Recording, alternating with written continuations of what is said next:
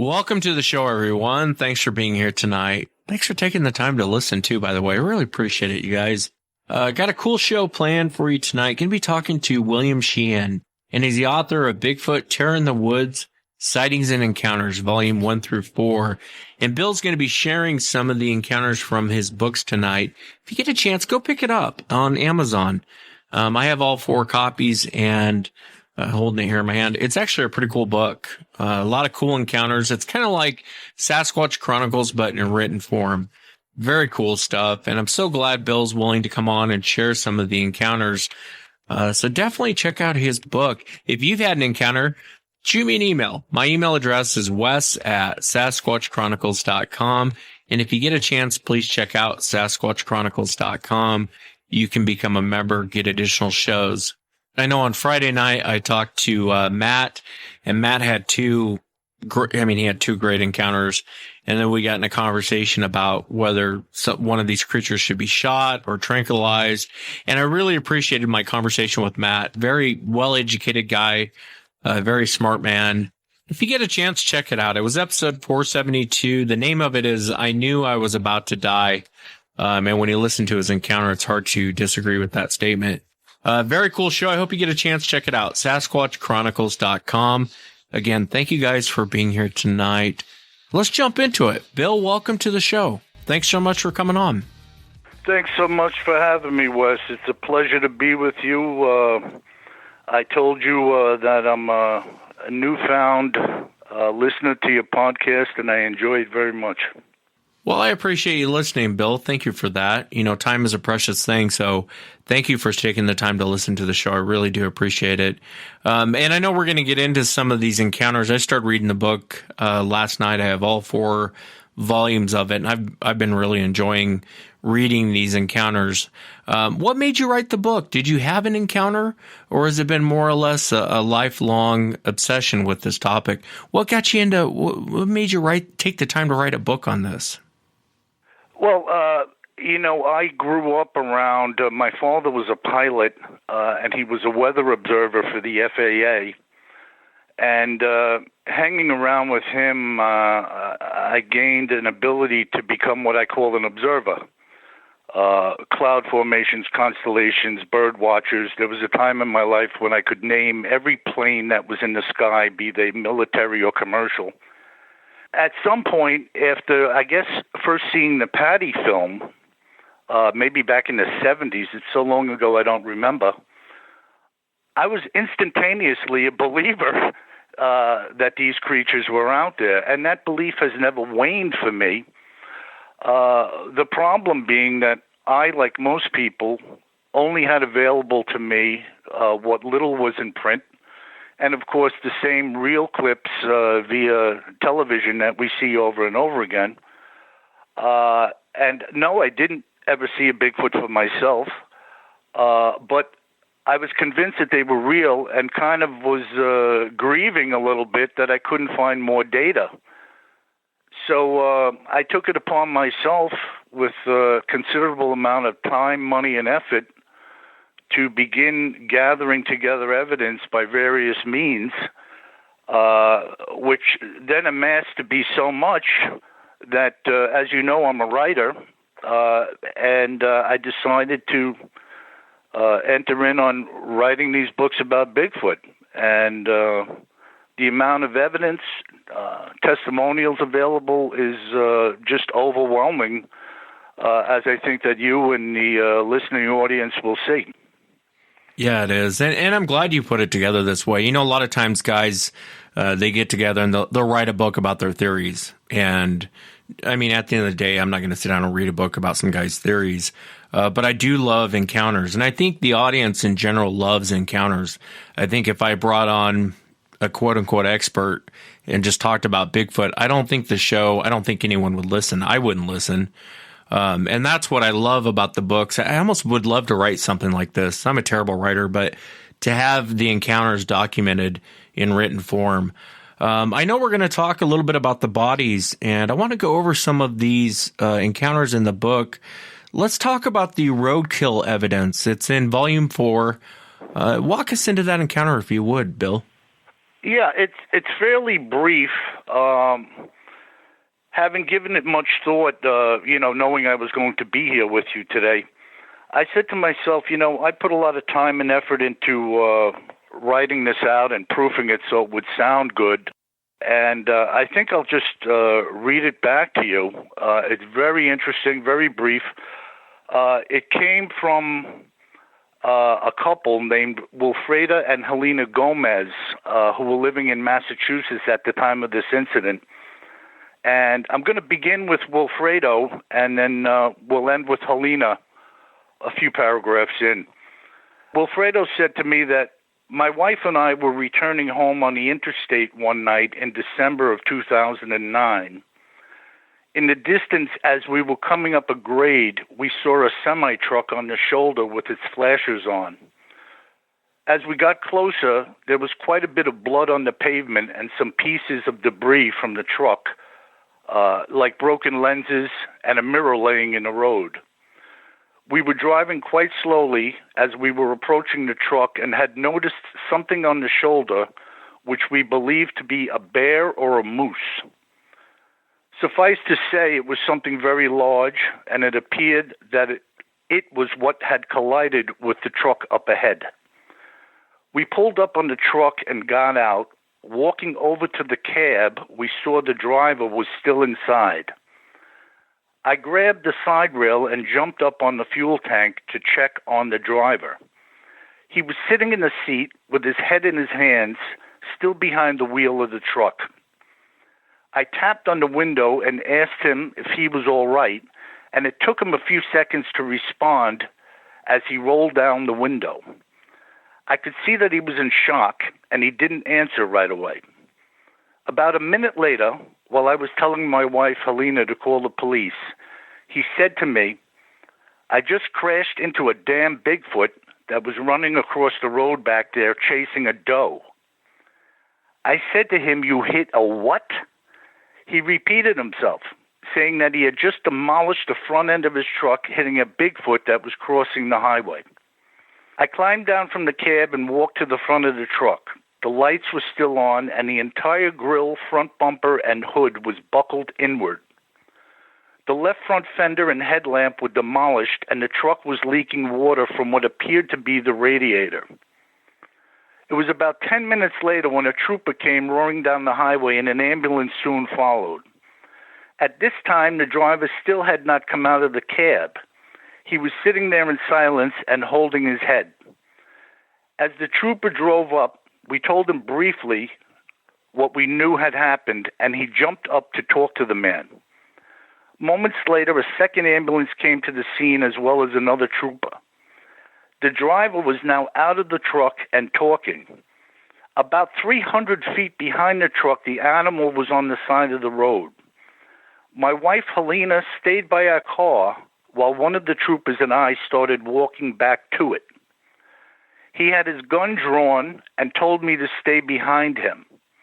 He said that if the animal is still alive, it may jump up and try to hurt us. The trooper had a powerful flashlight with an expandable beam, and I was walking maybe 15 feet behind him as we approached the animal.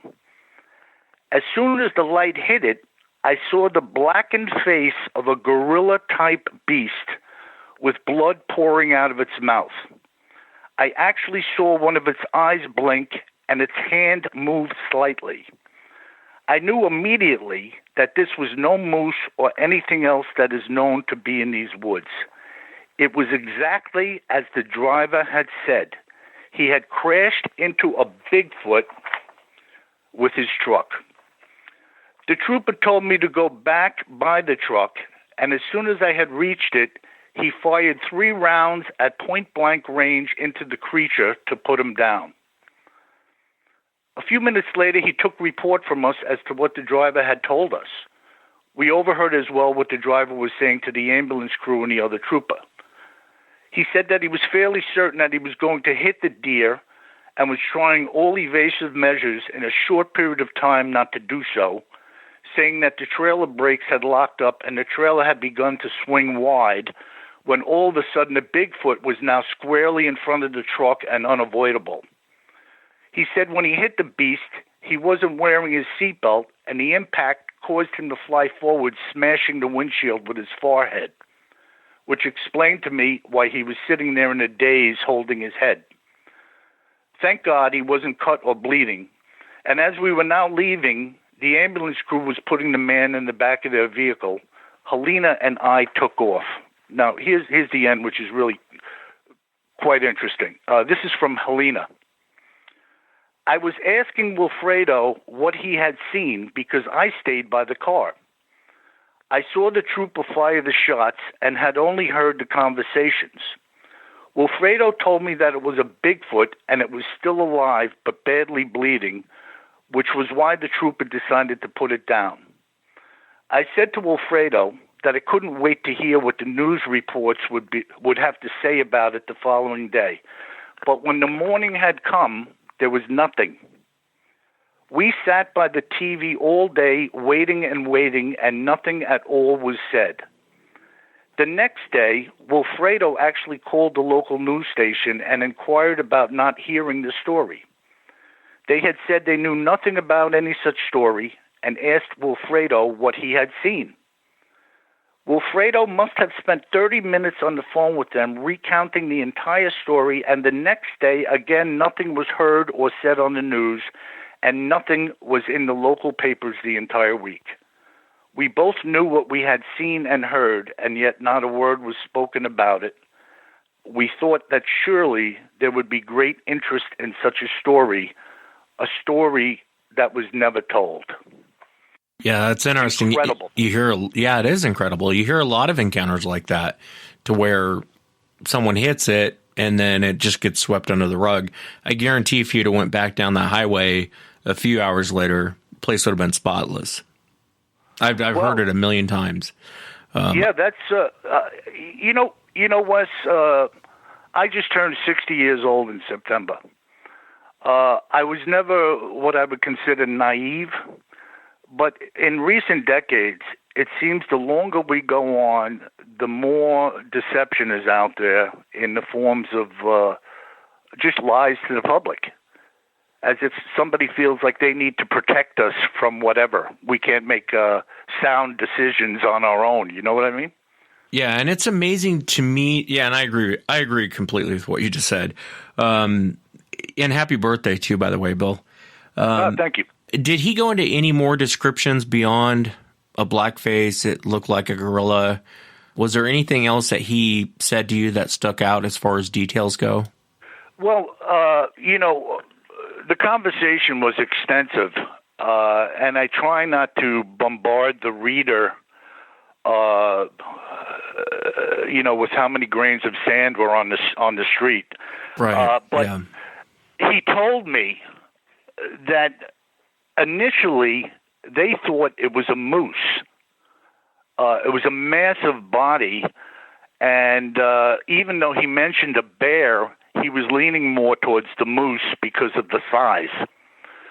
The teeth, he did mention that the teeth were large and like white in the light. The mouth was kind of a gape with the jaw hanging over, and the blood was pouring out of the side. I mean, this thing had gotten hit by a tractor trailer and obviously was bleeding severely internally. And it was just laying there on the side when they approached it. Now, the officer had, I believe, what he was describing as a mag light, a very powerful flashlight. So when he put it on him, there was no doubt in his mind. His initial description was that of a gorilla, but later on, having had time to think about it, he said it was a Bigfoot. This is a couple. They're naturalized citizens now, but a couple from Mexico, living here in the States, speaking somewhat broken English, but good. I mean, it wasn't like they weren't understandable, And this is the story that I put forth, after having, spoken to them. Yeah, I'm really glad you did. And you can just picture how big this thing was. I mean, the damage that he describes that you just read to the front of that tractor trailer, you can hit a car and not cause that much damage. So that thing must have been huge for it to buckle in everything on the front of that truck. Tell us about the Taxidermist. This is going to be in Volume 5, which isn't out yet, but we're still talking about bodies. Tell us about that, Bill. Yeah, this is really, really interesting. This very strange and seemingly eerie account was told to me by Johnny Roth, a resident of Pennsylvania. Basically, here's what Johnny had to say. Yeah, I'm kind of reading this. The way I wrote is a little interesting. And this is Johnny speaking now.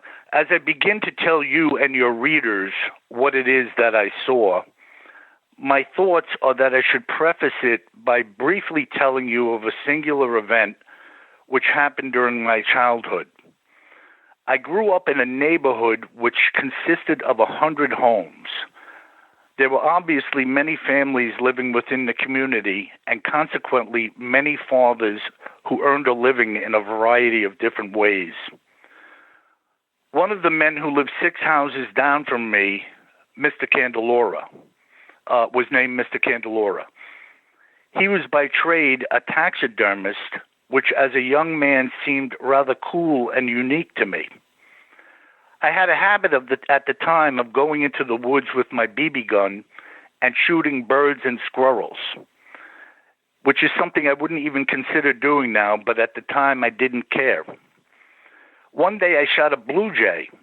The thought had entered my mind that I would like to have it stuffed, so I brought it down to Mr. Candelora's house. When I got there and I showed it to him, he told me it was against the law to shoot blue jays and that he could be arrested if caught performing taxidermy on them. He had taught me a valuable lesson that day, which will come into play shortly. So here we go. As with everything else, I am sure that there are many people who, for the right price, would perform taxidermy acts on anything for anyone, with money, of course, being at the root of all things evil and the like. I will fast forward 20 years later to 1996, when I was employed by a major shipping and delivery firm. When I put on that delivery uniform, and as the people on the various routes got to know my face, I had carte blanche access to anywhere and everywhere within the confines of most businesses. I could walk behind counters into private offices in the course of making a delivery and never be stopped or questioned in the least. It was on this particular day that I had entered into a taxidermy shop, which was a somewhat regular stop on my route. When I entered the front door, Dave, who was the owner, pardon me for a second, was not behind the counter and evidently had not heard me come in. I took the package, walked behind the counter, and went straight away into his workshop through a swinging door. Upon entering the shop, he had the radio playing very loudly with the bathroom door shut. So I knew that Dave was going to the bathroom or something. As I stood there waiting, I noticed a plastic drop cloth draped over a work table with blood and guts all over it. This was nothing new for me because it was typical of what you would see when entering his workroom. What was not typical was this. Smack dab in the middle of the table was a blood-soaked head of a Sasquatch with all of the guts, blood, and veins hanging out of the bottom of it. I knew immediately what I was looking at. The mouth of the beast had receded back, exposing an enormous set of yellowed teeth. There was nothing fake about it. Dave's business had nothing to do with things that were fake whatsoever. The creature's hair was all matted down and soaked with blood from being handled. There were guts and goo all around the head. Having seen enough, and while Dave was still in the bathroom, I stepped back out to the shop and moved in front of the counter to wait. as though I had not been in the back and seen anything. A few minutes later, I heard the bathroom door open, and in an attempt to appear as though I had just arrived, I shouted, "Hello!" Dave came out from the back room and greeted me in the usual way. I told him that I had a COD package for him. And as he started to write me a check, I asked him how his day was going, to which he said, "I'm in the middle of gutting a boar for someone." Now I knew he was lying to me, which firmed up that what I had seen was in fact a Bigfoot. There was no boar, which he was in the middle of prepping, but there was the head of a Sasquatch, which someone from somewhere had chopped off and asked him to mount. From that day forward, I had changed my entire opinion about him and about the existence of Sasquatch. Knowing what I knew and having learned it from Mr. Candelora as a youth, if shooting a blue jay or an eagle was against the law, Dave had to have been breaking the law by having this Sasquatch in his possession. I have no idea if there was an entire body anywhere in the shop, but I do know that there was most definitely a head, and it was sitting in the middle of Dave's table. So there you have it. Yeah, that's an interesting one too as well. You would think if he was making like a fake head, there wouldn't be any guts or anything else inside of it. You know what I mean? The way he describes it, if this taxidermist was, and obviously you and I weren't there, but if it was, he was just making a head as a goof, why is there all the guts and everything, strings coming out of the neck where it's been chopped off? You know what I mean? Fascinating. Yeah, and who knows the how or the why or the succession of events that led up to it being on his table? Was it frozen? Did it just happen somewhere in the hills of Pennsylvania? You have no idea. And, a thought came to my mind, and I'm going to pose this to you and the listeners. Think about this for a moment. Think of when a valuable painting or artifact is stolen from a museum. It can't be sold. It can't really be displayed. It's simply purchased by somebody who has the wherewithal to do so, to be kept in secret, for him or her to gaze upon when they want to. And for a price, there are those who can and will do almost anything, such as taxiderming the head of a Bigfoot. Yeah, I would agree with you. Yeah, I would agree with that. That's probably exactly the situation. It's probably someone who has too much money and they want to, everyone's moral until you start flashing cash in front of them. Then all of a sudden the morals go out the window pretty quick. And so I could see a taxidermist, hey, do this for me. I'll pay you X amount of dollars. For the most part, most people have a price. You know what I mean? And they'll throw their morals out the window to do it. Well, you have two people just in this story alone, and I love the way he prefaced his experience with an experience from his youth by another honest taxidermist who told him that, no, I can't taxiderm a blue jay for you. It's against the law to shoot them. And if I got caught doing this, trouble. Yeah. Here's two different people and personalities at work, one willing to cross a line and one not. Now, are there laws against taxiderming a Bigfoot? They're not even agreeing there is a Bigfoot. But the idea of having something in your shop that is unknown, I don't know where to go with that, Yeah, it is fascinating. And why would he make up a story like that? I mean, it's such a weird, especially the head of it. And you probably hit it right on the head, Bill. I mean, I don't know the backstory, but you're probably right. It's probably a millionaire or multimillionaire or more, and he wanted it done. I'm sure he would have gotten his blue jay taxidermed if he would have, flashed some real cash. I'm sure the taxidermist all of a sudden would have probably done it. You know what I mean? Yes. Another thought comes to mind was, look today, what people are willing to do to still take down an elephant and steal the ivory. Yeah, it's I mean, ridiculous. it's just there's no end to what some people are willing to do or risk. Right. And that's a good example. It's, but the money's right, so people will do it. And they'll throw ethics and everything else out the window. Fascinating account. Tell us about the Tennessee tree stand. This is in volume 4, which is out, and the name of the book is Bigfoot Terror in the Woods. Pick it up on Amazon. William Sheehan. Bill, tell us about this. The Tennessee tree stand encounter, volume 4. Yeah, now, just the one thing, Wes, the actual title of the book is Bigfoot Terror in the Woods, Sightings and Encounters. And I only mention that because having given no thought to the title other than that I liked it, there were a couple of other people out there who actually had penned some additions, Bigfoot Terror in the Woods. You're absolutely right, Bill. Bigfoot Terror in the Woods, Sightings and Encounters, volume 1 through 4. And you're absolutely right. On Amazon, there is Bigfoot Terror in the Woods.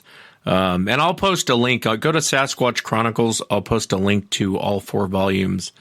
So you're getting Bill's book. But I apologize, Bill. You're absolutely right. No apology necessary. This Tennessee tree stand incident is just incredible. And this rather chilling account was brought to my attention by a bow hunter by the name of Shane Barkley. Basically, here's what Shane had to share with me about what happened to him on an early September morning. As I mentioned to you when I first contacted you, Bill, that this was the craziest damn thing imaginable. If it hadn't happened to me personally, I wouldn't have believed it. I still live and hunt in Tennessee, but I haven't been back into this area that I'm about to tell you about since the day of this incident, and with good reason. Prior to September 14th of 2014, this was one of my all-time best hunting spots without exception. On this particular day, the forecast was for clouds and drizzle in the morning, with the skies clearing in the afternoon. I had hiked in about a half mile or so to a place where I always left a stand fixed in a tree. In fact, I had just replaced this stand because the old one that was there was getting pretty rusty. That should tell you something in and of itself as to just how fond I was of this spot. This area was comprised of some of the thickest, most tightly packed forests that you will ever navigate. The bushes and trees in here, starting from the ground level and working their way up, were layered in height and density. If not for the occasional game trail, I don't believe that anybody in their right mind would attempt coming in here, but nobody ever said that I was in my right mind. I had made my way into this spot and was already comfortable sitting in the stand just at the break of dawn. My stand was fixed at a height of about 25 feet, with climbing pins turned into the tree all the way up to it. I'm going to do my best to describe to you exactly where I was sitting and what it was that I could and could not see, as well as telling you why it was that I had chosen this area for my stand in the first place. The patch of forest was what I would call a depression within a depression. The surrounding area was a valley in between a pair of hills that were around 600 feet in elevation. There was an old and well-used game trail that ran just to the left of my stand and off due north, which was directly in front of me when sitting in the stand. The vast majority of the brush was between 4 and 8 feet tall, which one could by no means hunt in unless you could rise above it and look down on the trail. On most days, and as was the case on this morning, this bowl or depression was filled with damp, foggy mist that would eventually dissipate, but not until generally around 9 a.m. or later. My sight range from the seat was about 75 feet at best in all directions, and then the trees and brush seemed to vanish into the mist. It is a very ethereal thing to sit here alone, and it has even spooked me on more than one occasion. As I was sitting in hopes of my prey coming down the trail at any moment, I began to hear what I will describe to you as being owls. There were little hoots and screeches coming in succession. It had started as one and then progressed to the point where there were numerous screeches and hoots, all of which were coming from directly in front of me to my north. Being a hunter, it is virtually impossible for me to share with you in a few moments why I say what I am about to tell you. But the fact of the matter is and was that these sounds were not real. In other words, to my trained ear, knowing what the area's owls sound like, how they make their calls, and what time of day they make their calls, I knew these were being faked. Simply put, something or someone was mimicking the owl calls. One of the most telling aspects was the amount of calls being made and the fact that they were all in one area. The imagination can play some strange tricks on one's mind, especially when you are alone in the woods, especially when you are alone in the mist in such a location. Pardon me. I began to feel a sense of dread, and a cold chill ran through my body, a shiver. At that moment in time, and for the first time since I had been coming in here, which must have been several dozen or more, I was wishing I had brought a gun instead of a bow. I had never felt this way before, as I just said. It was as though my psychological state was taking a terrible tumble out of control, and there was nothing I could do to control my thoughts and emotions. As if things couldn't get any worse, they did. There was so much hooting and screeching going on that it sounded like a damn war party was going on in the fog in front of me. The thought had crossed my mind to climb down out of the stand and make my way out, but that thought was countered by that of just staying put, because I would be safer sitting off the ground. My heart was racing, and sweat was actually dripping from my brow. I couldn't believe how frightened I was, and it was escalating. What happened next was beyond belief. If you have never sat in or seen a folding tree stand, I was sitting on the seat portion, and my feet were resting on what I will call the floor of the stand. You could see through the entire stand and its components because it is more of a weave of a steel as opposed to being solid plate, which is done to keep it as lightweight as possible. My back was against this tree, which was maybe 16 inches in diameter, and I was 25 feet off the ground, which means that my feet were about 20 feet off the ground. As I sat there trembling, sweating, and by the way, having seen nothing up until this point, I suddenly felt something grab the heel of my left boot. I immediately jumped to the point of almost falling out of the stand, and as I turned my head to look down to my left, I was staring into the grimacing face of a huge Sasquatch. He was looking directly up at me, having snuck up behind me, and was reaching up with his left hand to grab hold of my boot. The very moment that I jumped, he let go and just stood there, kind of swaying and watching me. As he stood there, the thought ran through my mind that all of the rest of the activity and noises were just a distraction, which allowed this beast to walk up on me unaware. The thought of putting a broadhead right between his eyes was just one of many thoughts that was racing through my mind. I expected at any moment that he was going to grab the foot tray and yank the stand out of the tree to devour me. The size of this thing was unbelievable, and I don't expect you or anyone else to believe me either. He was grabbing at my heel with his hand 20 feet off the ground. you can do the math as to what type of size that equates into. It was just seconds after he had held my heel that he let go. The funny thing was that the grasp was not done with much, if any, pressure at all. It was as if it wanted me to know that it could do whatever it wanted, including sneaking up on me and touching me. He then turned and walked straightway down the trail in front of me.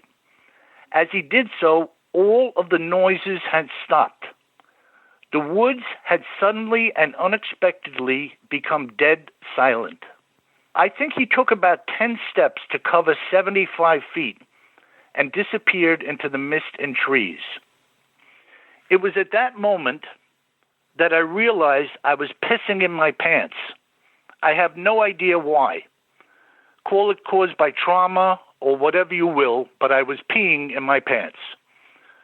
I leaned with my back against a tree for almost 2 hours in somewhat of a delirium, feeling as though I was on some type of hard narcotic, which rendered me unable to think or act, and so I sat.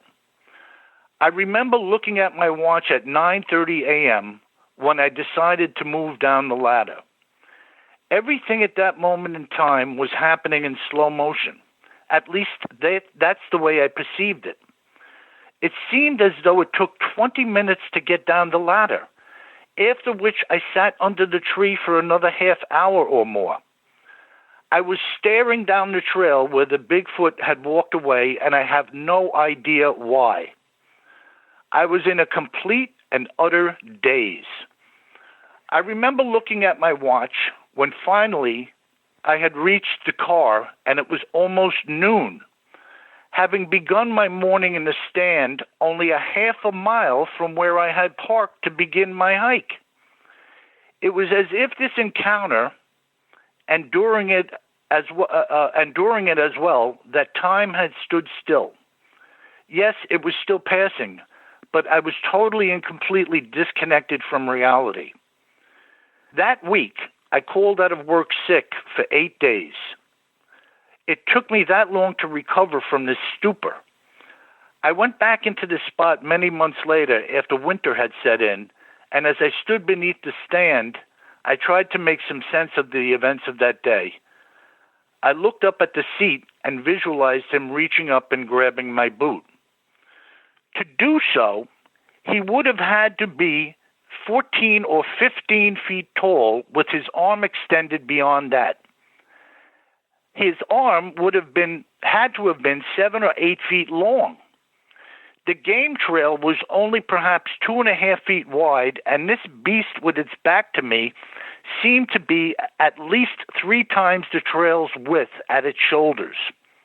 It had long gray and white hair with dark gray skin that was visible on its face and hands, as well as the upper chest as I looked down at it.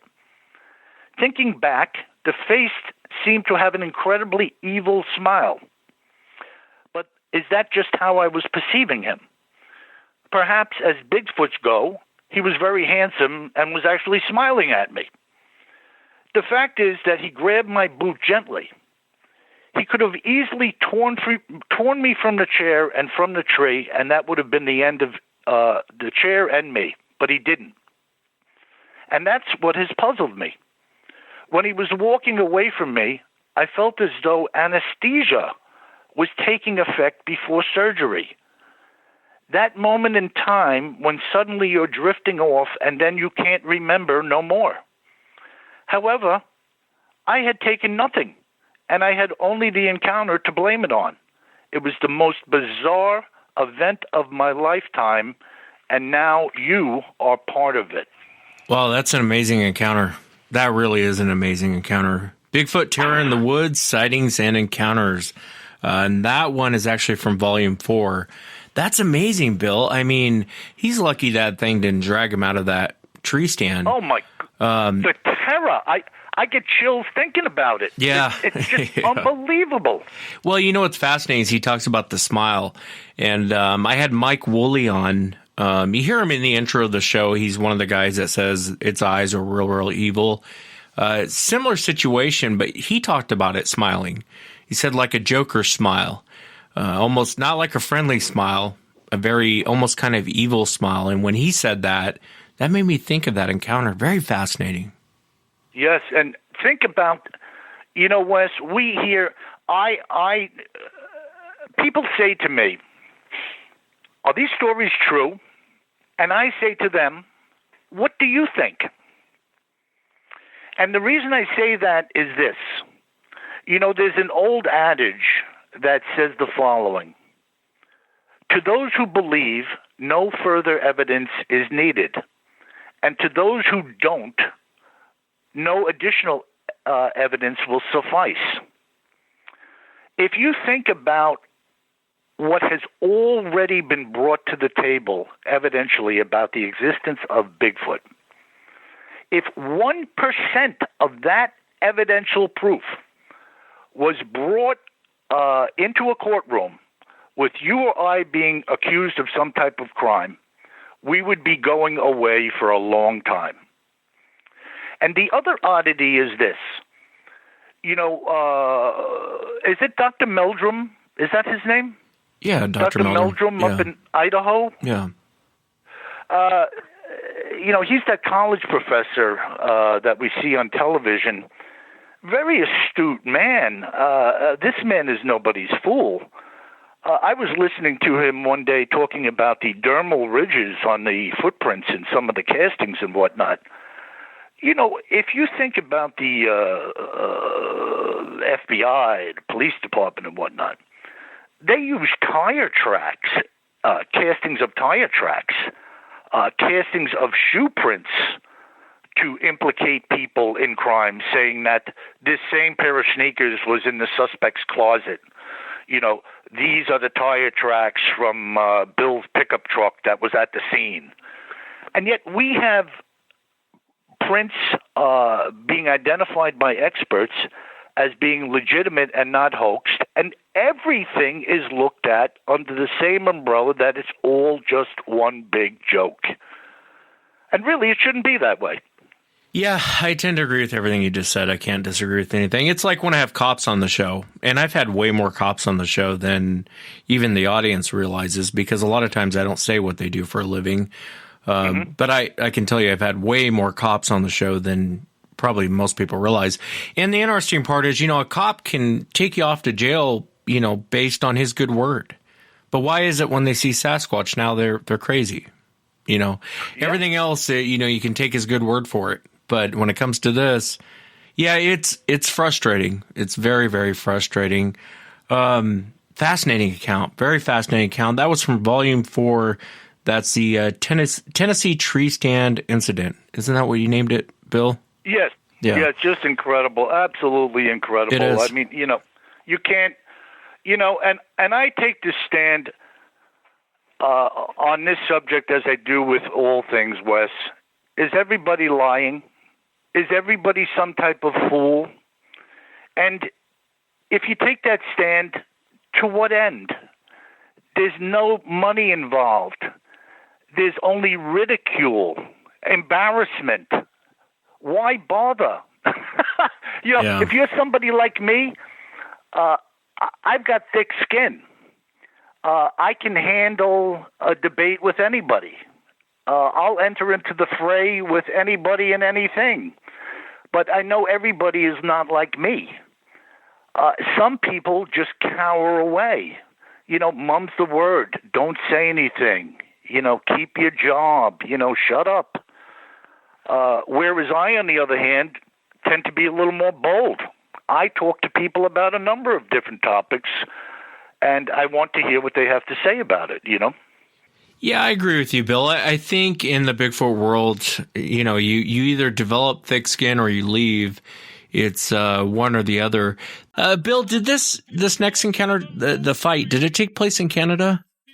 Yeah, and one of the most amazing things, Wes, as I have so many accounts from Canada and older accounts as well, that it makes me wonder why it is the United States kind of took the forefront in the discovery of Bigfoot, because it's my understanding now, being up to my neck in testimonials, the activity north of the border is incredible, and these creatures are just gigantic.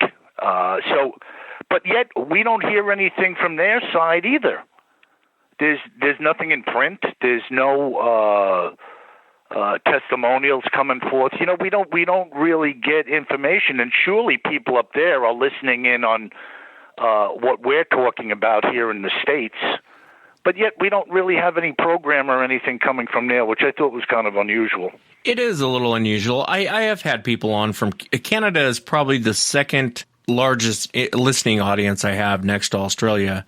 And so I know that they're listening to the show. I mean, you'd be amazed how many people up there are actually listening to the show. I'm amazed by it. So I think that there is more that goes on there. I think Canadians generally, a lot of times they don't say much. They don't say much about it. You almost kind of, every once in a while, you would think there would be more. I guess I agree with you. You would think there would be more coming from Canada, and there's not. And I don't know why, because I know there's more going on up there. Well, a lot of these accounts are, not all, but the preponderance of them is coming from water, around water, lakes. Absolutely, yeah. There's a lot of fish up there. There's a lot of habitat. There's a lot of acreage that man has never touched. And, people have been going up there for decades on float planes, sleeping in cabins, roughing it to catch fantastic fish, hunt large bears and moose and all kinds of things. And, Wes, I go through life, and I believe that people are seeing things because they are looking. Most people go through life. They have eyes and they don't see. I am looking all the time at the heavens, at the sky, at the stars, at planes, at birds, at animals.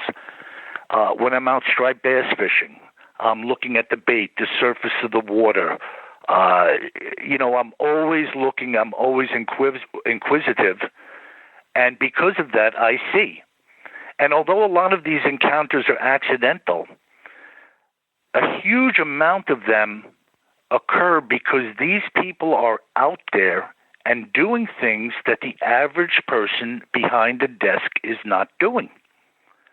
They're fishing, they're hunting, they're hiking, they're taking photographs, they're camping. All of these things that most people don't want to engage in, they're doing, and the encounters are occurring in front of their eyes. Yeah, absolutely. I agree 100%. And so on this fight incident, they were actually fishing, weren't they? Oh, yeah. And you're going to hear it. If it's okay with you, I'll begin. Please do. This story came to me by way of Brian Mahoney, who was at the time from Fargo, North Dakota. And here's the story as it was conveyed to me. I had been long tired of seeing the shows on TV with people banging logs on trees and never seeing anything. And when I ran across your query and decided to take you where the action is, in 1967, my dad and 3 other men in the neighborhood took me and 4 other boys on a trip up to Ontario to fish muskies. We found ourselves landing in Perrault's Falls Airport, where we met up with a couple of float planes that ferried us up to a place near Ear Falls. My only memory was that we had rented a pretty big cabin for the week with plenty of room for all of us to rough it. But heck, we didn't care at the time if we slept in the woods. We were up in the sticks, landing on water in a seaplane, and we were going muskie fishing. The dads had hired a guide whose name was Lars, and we had 3 boats for the group. The boats were pretty big, something like 18 or 20 feet, and they had plenty of power to get us around in a hurry. Several days into the trip, We had been into the fish hot and heavy every day, just as advertised. We were landing muskies in the range of 28 to 36 inches on a regular basis and having a ball. The fight of these fish pound for pound is outrageous if you've never caught them. Most of the shoreline that we were fishing had forests coming right down to the water's edge, but periodically there was an area of bank with no trees that was visible along the shore. We had been fishing every day facing the shore and pretty close to it. It must have been about 4 p.m. when we heard a loud and long roar coming from out in the woods. We all looked at each other and asked Lars, "What the hell is that?" He said that it sounded like a large grizzly bear. It was only 2 minutes after we heard the first roar that another one sounded off, coming from the opposite direction in the woods. There must be either two of them or one very fast runner. Over the next 15 minutes or so, as we sat fishing the bank, we heard several more roars. It seemed like they were being made back and forth by two different bears. At least that's what we thought at the time. Now, before I continue, I have to set you up visually for what was about to happen. We were sitting in 3 boats spaced maybe 150 feet apart. All of these boats were about 100 feet from the shore, facing one of these slopes on the bank that I told you about. The water we were fishing was approximately 6 feet deep, and the bottom was covered with the grasses that these muskies hung around in. We were all looking at each other from boat to boat as we listened to these roars, which sounded like they were getting closer. I'm just turning the page here. Closer and closer to our position. I don't know why, but I felt personally like a fuse had been lit and a bomb was about to explode, and explode it did. Suddenly, the woods directly in front of us erupted in what I can only describe as a lion fight. The volume and intensity of the roaring was so loud that it hurt my ears. I couldn't see what was making the noise yet. I looked at the other boats to my right, and Lars was already waving to start the motors. As we started the engines, we were now all motoring further away from the shoreline, but everyone was still looking back at the trees. The roars almost drowned out the sound of our engines at times. We switched into neutral. All the boats were now 300 feet from the shore, facing the woods. It was so intense that I was trembling. I could now make out 2 large dark figures engaging in an apparent battle for supremacy just inside of the tree line. The roaring was unrelenting as the struggle ensued within the trees. At one point, I almost felt as though I was going to faint. I really can't find the words to describe my emotions. Right at the time when I thought that things couldn't possibly get any worse, these 2 giant black beasts came tumbling out of the trees, rolling down the embankment, smacking and biting each other. Both of the beasts were now in the water, and every time one started to stand, the other would slap it, and they would grapple, smashing each other into the water. Each time one bit the other, the screams of pain were even louder than when they had been apart. I remember thinking that I wanted it to stop watching and listening, but I couldn't. I could tell that one of the beasts was starting to get the better of the other, and finally, with one titanic blow, the creature's body buckled to the ground, and it lay there unmoving. The victor stood leering over the other, growling ever more intensely and pounding its chest in the moment. It reminded me of when King Kong beat the dinosaur. I thought the down beast was dead. It lay half in the water and half out, face down and not moving. Then the other beast turned to face us and raising its head into the air, letting out what sounded like a half roar and a half scream as it pumped its fist and flexed its upper body. It then turned to the victim and stood over it, roaring over and over again. A few minutes later, it walked up to the bank, roaring and screaming, going into the woods. Everybody in the boats was shell-shocked, and our mouths hung open. Some of the guys were holding their heads like they were losing their minds, and none of us could speak. I saw the beast that was laying in the water lift its arm and drop it like it was its last gasp. We motored away and headed back to the lodge for the evening. Now, I won't get into all of the conversation and whatnot that went on that night because there's much more to tell you about these beasts. I had never heard a grizzly bear in my life. But when Lars said the roars sounded like a big grizzly, something had told me that it was not true. Up until that point in my life, I had never heard anything living make a sound that loud. It was as intense as a diesel train's whistle. Had it been closer, it may have broken our eardrums, and when they were fighting in front of us, some of the other guys actually had their hand to their ears. The oars that were laying on the aluminum boat seats were vibrating loudly. I got a little more to go here with. This is just it's totally great. out of the box. It's great. Another thing was the fight itself. At no time during the fight did they hit each other with a closed fist. They were slapping each other open-handed, grappling and biting. It seemed to me that the biting was used to get an advantage during what appeared to be a wrestling match of mammoth proportions. The fight had been so intense that I couldn't understand how either of them could withstand another second before one of them had dropped. Lars went back to the scene the next day, and the one in the water was gone, so maybe it had survived, but we will never know. When they were slapping and thrashing each other around in the water, the waves which they were creating were rocking our boats far off the shore.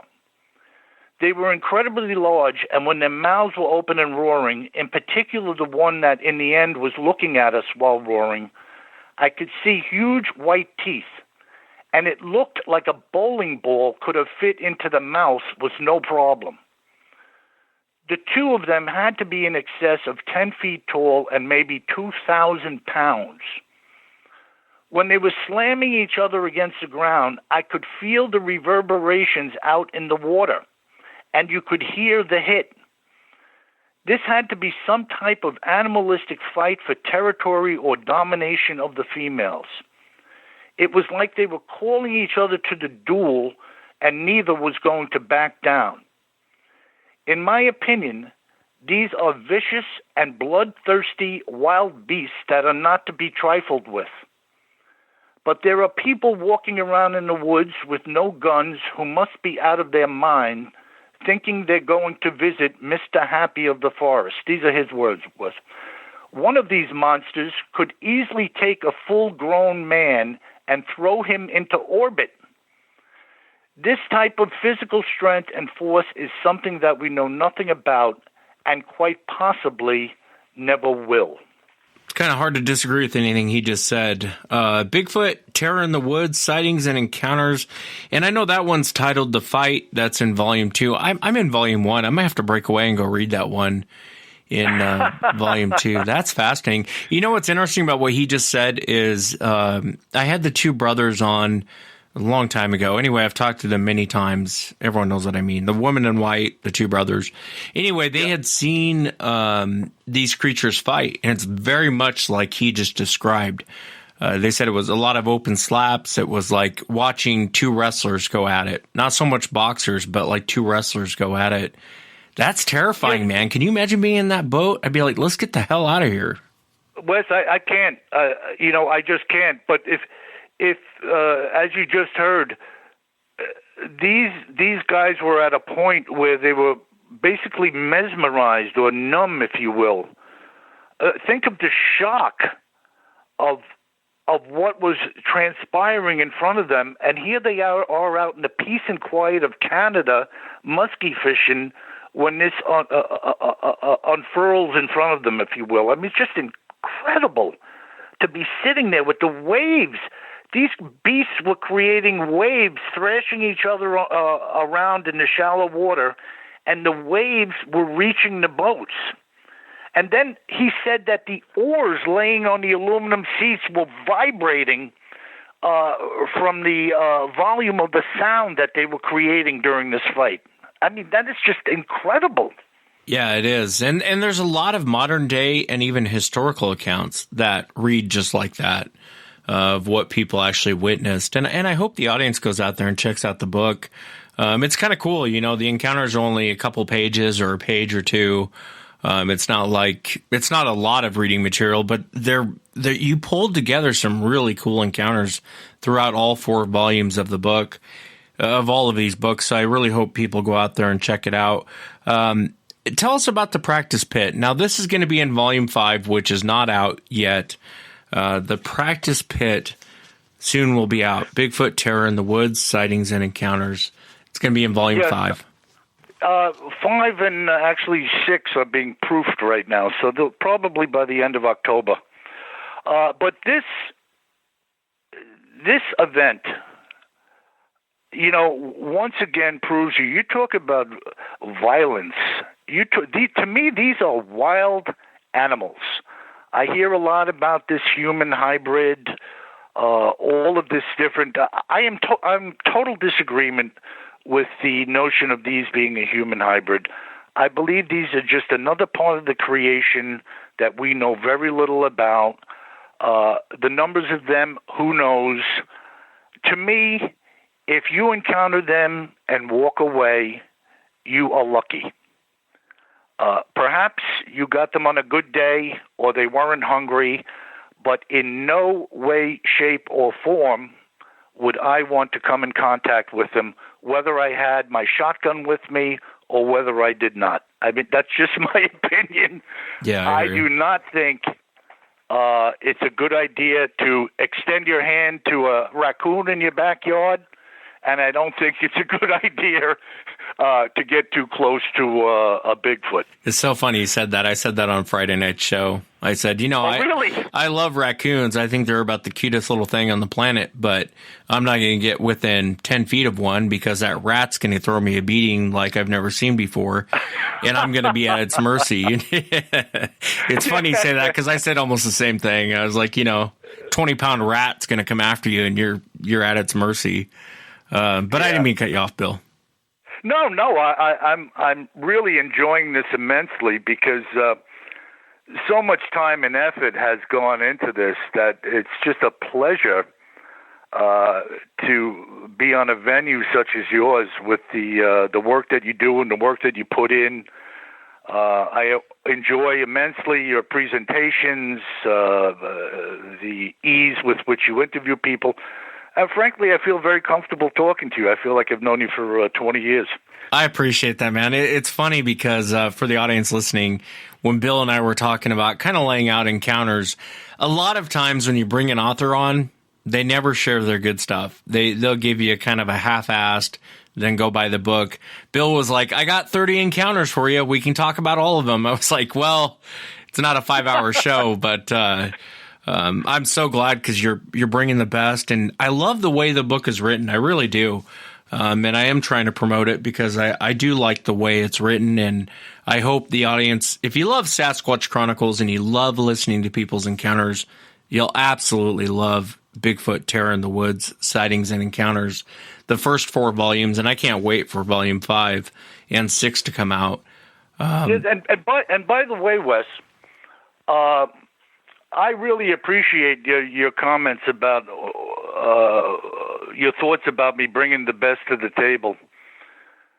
I could have brought 100 encounters to the table that were on par with or equal with what we're talking about today. The amount of material that people are encountering out there is overwhelming. And the fact that we're getting it in dribs and drabs, or there is no particular venue other than somebody like yourself to get it from, is just mind-boggling to me. But I digress. Let me bring you into the practice pit, which, when I heard this, I was actually teary-eyed a little bit. I mean, I'm not so much of a mush, but certain things move me, particularly when you think of the grief involved. Yes, I know there are tears of joy, but you know, I remember listening to you a while ago when that gentleman passed away that you were obviously very close to. And when you were speaking of him, you were choked up and whatnot. And I said, wow, this guy has a heart.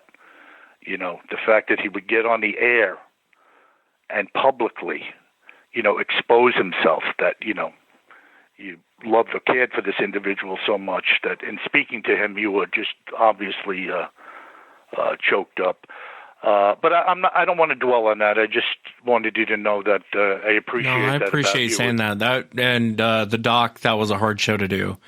That was a very, very hard show for me to do. I almost didn't put it out because I couldn't. I appreciate you saying that. Thank you so much. And I cringe every time I hear someone talk about that show because, you know, it's I'm a big tough guy, right? You're not supposed to shed a tear, and I shed a lot of tears for him. So. Yeah, no, I can appreciate that, and I've been down that road more times than I want to remember.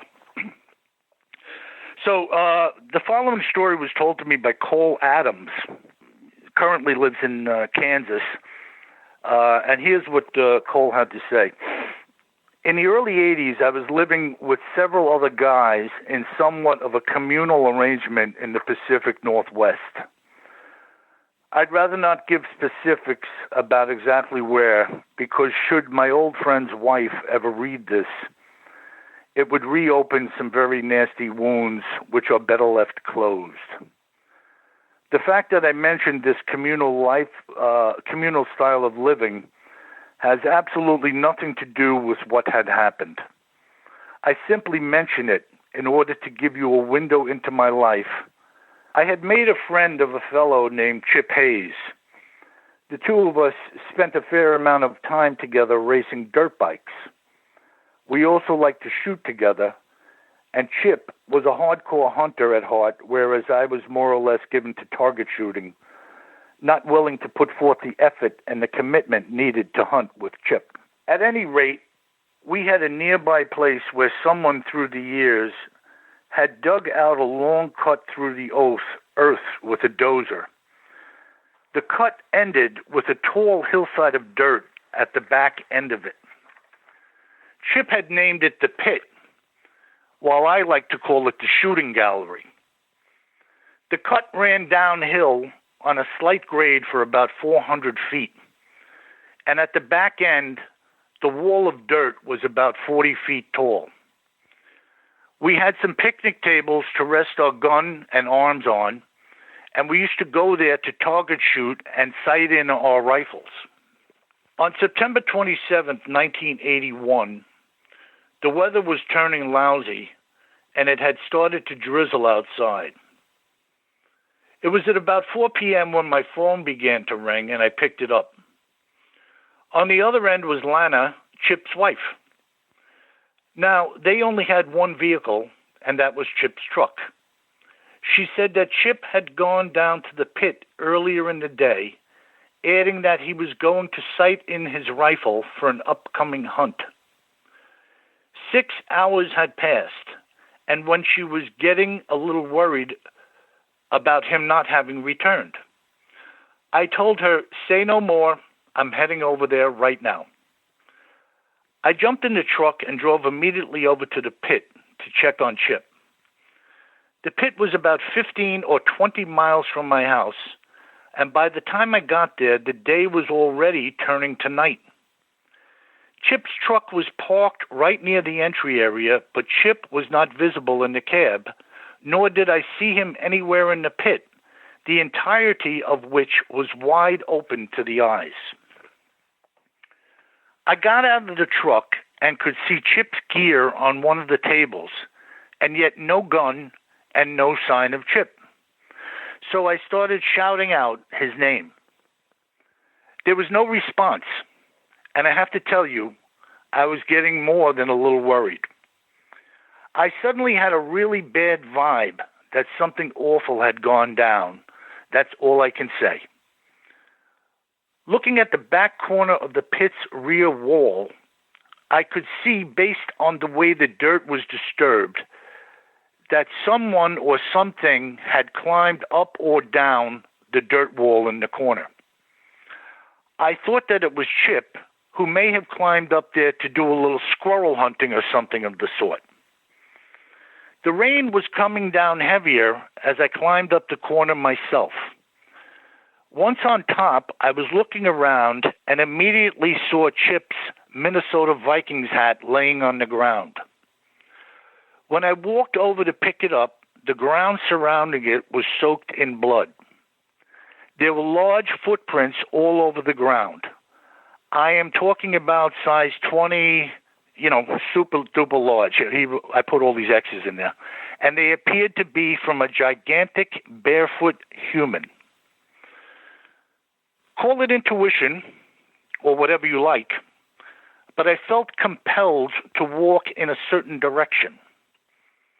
Within a short distance from the edge of the woods, I came upon Chip's 30-06 bent in half and laying on the ground. I started screaming his name in every direction, and no response was heard.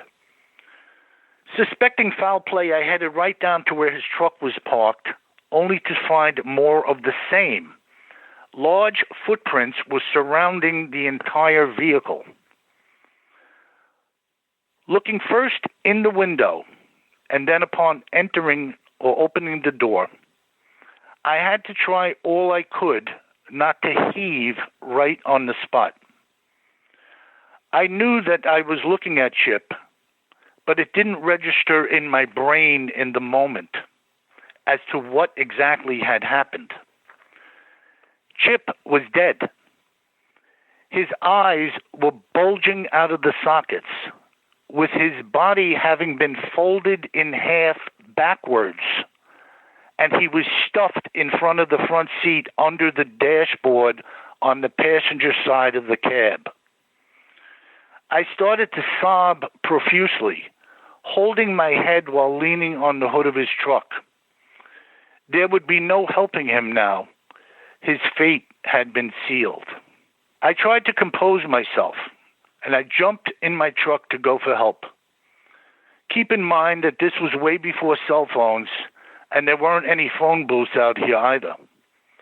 With this pit being in the middle of nowhere, I was racing down the highway at 100 miles per hour when I saw a trooper up ahead. Pulling over, I jumped out of the car and ran to him. I could see that he was already startled at my appearance. I told him that there had been a killing, and as I was talking to him, he was already on the radio calling for backup. Leaving my truck on the shoulder of the highway, I jumped into his cruiser, and the two of us raced back to the pit. When we got there, another unit was arriving, and a third soon followed. Nobody could believe what it was that we were looking at. I took two of the officers up the hill to see the area where I found the blood, his cap, and his gun. To a man, they never expected to see what they were now looking at. Chip and Lana were very good friends of mine, and I knew the responsibility was to be mine and mine alone to break this hideous news to Lana. That was almost 40 years ago. I still can't break the hold that the events of that day have had on my life. At the time, I never gave much thought to the existence of Bigfoot, but my opinion now is this. Chip and I had spent hundreds of hours together at the pit, and never once did we venture into the woods surrounding it. We simply parked, set up our targets, shot at them, walked back and forth checking on the results. I believe that on that day, Chip had come to do what we always did. But when I got there, There were no targets that had been set up. My hunch is that he arrived, saw a Bigfoot walking along the top of the back wall, chambered around, and took a shot at it. I think that after the shot, he climbed up the hill expecting to see his trophy, but in a cruel twist of fate, the beast, not being dead, got the jump on him and killed him instead. Then, in a final act of vengeance, the Bigfoot bent up his gun and shoved his body in the most gruesome fashion under the dashboard of his truck. I have long since moved from that area of the country, but I keep in touch with Lana to this day. She has remarried and has 3 children. Thankfully, she has never seen the condition that Chip was in. When I saw him, neither I nor the police told her. It was reported that he had been killed, presumably by a bear, and that's the way the whole affair ended. Tragic, isn't it? Isn't that tragic? I mean, yeah. I think that goes on more than people want to really admit, and it's always blamed on a bear. Always blamed on a bear. And a bear's not going to fold you in half and stuff you underneath your... You can always tell when it's a Sasquatch because, bending the rifle. You know how many encounters I've had of people coming up missing, hunters coming up missing, and their rifles are bent, they're stuffed in a tree. And it sounds like Chip was kind of stuffed in his truck. It's tragic, man. That's a sad story. Yeah. It shows you a couple of things. Now, again, I don't believe these things are human at all. But to say that animals don't have certain knowledge or skills available is ludicrous. These creatures could easily... take this, for example, Wes. You know that they say that a crow has the ability to solve a 6-piece puzzle? Yeah, I think I read one time a crow is actually as smart as an 8-year-old human. And I found that fascinating. Incredible. Yeah. And we look at them like, pull out your shotgun and blast them out of the sky. But these creatures are able to do things. My belief is that especially any creature that was created with a set of hands and fingers was given them for a reason. You get back to the raccoon. I have raccoons in my yard that can negotiate a lid off of a garbage can if it's not too heavily set in place. You see them grabbing things, holding things in their hands, manipulating them around. They know when it's time to get out of Dodge when they see something they don't like. These creatures, these Bigfoots, obviously know, some of them, this thing was living by the pit. If it wasn't living there, what was it doing walking by there on that day? It had to have known that at the very least a gun was held by a human and it made a lot of noise, maybe that it didn't like. But on this particular day, if he was correct in his presumption that Chip had fired on this thing and gone to look at it, which to me was as good a hunch as any in my opinion, this thing now was the victim of the bad end of this gun and was none too happy about it. So just incredible. This obviously knew how to open the door on the truck. Right. It closed the door on the truck because he opened it to find the body. I mean, what can you say? Yeah, it is. It is. I mean, it's a fascinating account. And the part about it, and for the listeners out there, I know I sound like a salesman, but Bigfoot Terror in the Woods, Sightings and Encounters, very cool. I mean, you can read account after account after account, and a lot of them are like this, to where it's just fascinating. And it's terrifying, really. That got wrote off as a bear. It did. Yes, absolutely. And probably his wife or his ex-wife now, or widow, probably thinks he was killed by a bear. Yeah, well, she's better off, actually. You know what I mean? Yeah, I would agree. And ignorance is bliss. That's what the buddy had decided. I'm not going to venture down that road were telling Lana that Chip had got torn up by a Bigfoot and stuffed behind the dashboard of his truck. Yeah. I mean, I agree. I think he did the right thing. I agree. Just withholding whatever he felt he had to withhold at that moment in time, And well, let me ask you, Bill. I mean, you've been taking encounters now. You got 4 fantastic books with chock full of encounters. What do you think Sasquatch is? I know you kind of alluded to it earlier, but if someone were to ask you, "Hey, Bill, what do you think Sasquatch is?" What would you say to them? I say to them that this thing is a member of the animal kingdom. They've been around for a long, long time. Just because you don't encounter them doesn't mean they don't exist. I put in the foreword of Volume 1 in the introduction of the series that I've been a bird watcher for more years than I'd like to think. And I saw my first snowy owl about a year ago after 60 years of bird watching. So I don't expect that anytime soon, if I was living in a region where they're purported to be, that I would just walk out my back door and see them.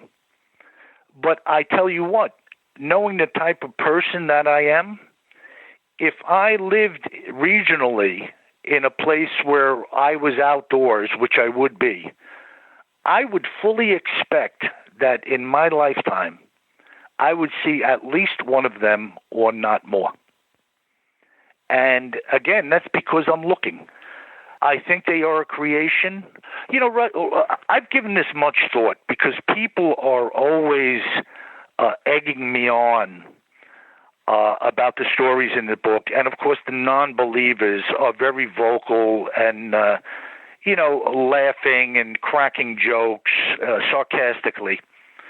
Think about the discovery of the dinosaur, Wes. One man who once again was out there looking sees a bone sticking out of the side of an eroded hill and decides to start excavating it. And then the whole landslide of what we know the dinosaurs to be now began with a bone hanging out of a hillside. When people say, where are the bodies? Well, I opened up today with talking about some bodies, but my opinion in the natural realm is that if these creatures simply bury their dead, and if these dead Bigfoot are buried in wooded areas, the only way they would ever be discovered is if, per se, a shopping center was built where they were buried and the backhoes came in and unearthed them. You're not going to find their skeleton out in the middle of the Tongass National Forest. I'm sorry, it's just not going to happen. I mean, that pretty much says it for me, I mean, they are a creation.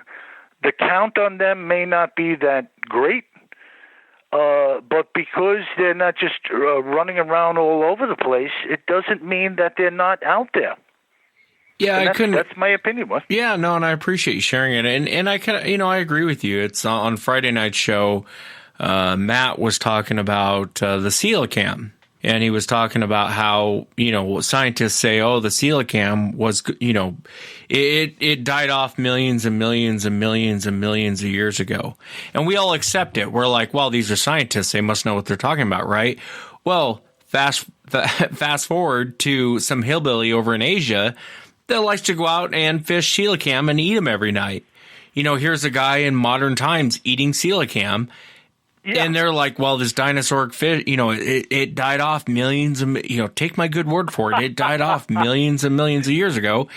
And then you can watch a video of this guy cooking up coelacanth every night for his family that he's caught, and so we don't know everything.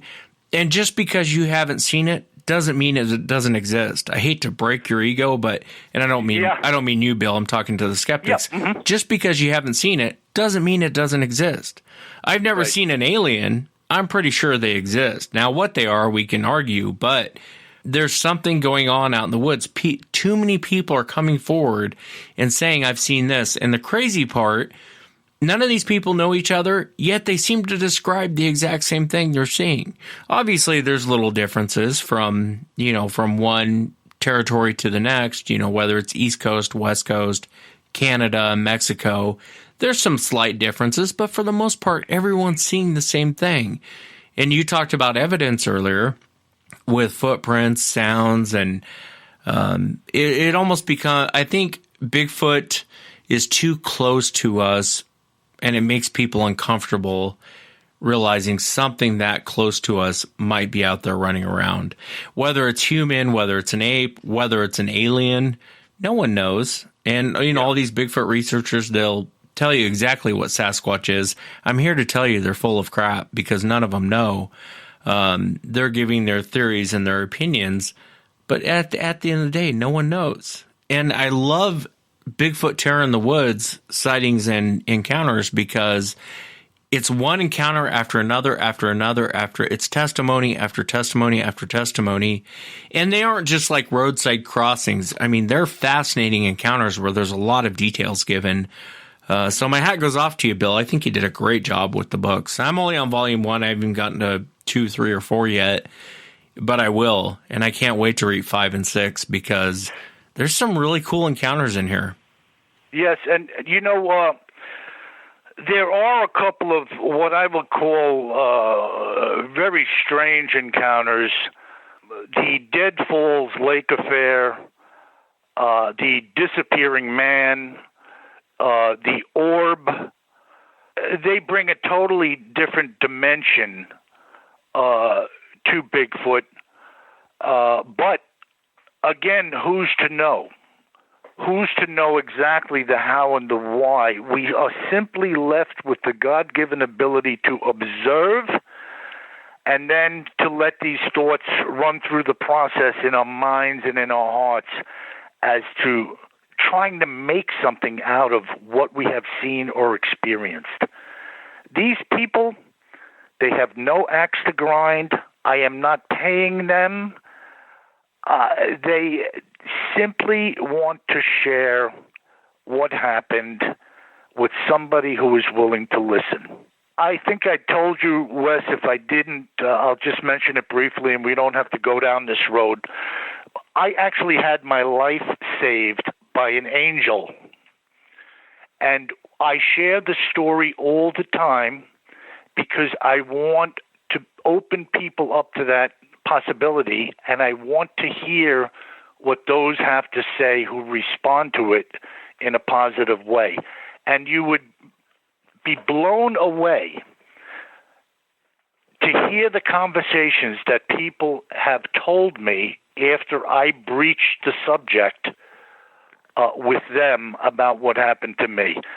There are countless people out there, men, women, children, people from every age group imaginable, every walk of life that are experiencing incredible things, and they don't say anything, they don't have an outlet, and it's almost like they want to talk about it. When you interview somebody, Wes, and they break down in tears, you are unearthing something within them that owns a piece of them. It's something repressed. They want to get it out. They've been dying to tell somebody, but nobody would listen. And that in itself is an incredible thing. Yeah, it is. To be, Yeah, no, and I don't mean to cut you off, Bill, but yeah, no, it is. And I'll have to have you back for a part 2 because now I got to hear your angel story. I got one to share with you, my own. See? Yeah, and I don't know if he was an angel. I'm telling you right now, there's something very different about this homeless man I ran into. But we can go into that on a second show. Bigfoot Terror in the Woods, Sightings and Encounters. And you're right, Bill. I mean, people come on, they share personal things. Someone just gave me and I know he's going to be listening, so I'll have to be careful. I filter what I'm about to say. I felt like he was giving me a hard time for not calling people out on the air and not, and my point to him was, why would I do that? Someone's sharing something very personal to them, something that happened in their life. Why would I bring them on and turn it into an interrogation like they've committed a crime? I'll never have anyone else come forward. I wouldn't want to be sitting in an interview and it's an interrogation.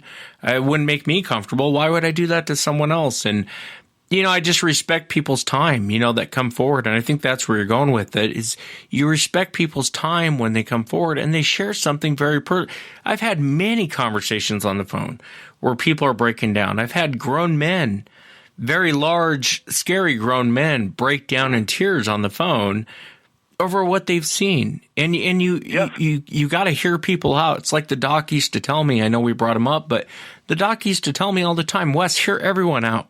Doesn't mean you got to believe everyone, but you have to hear everyone out.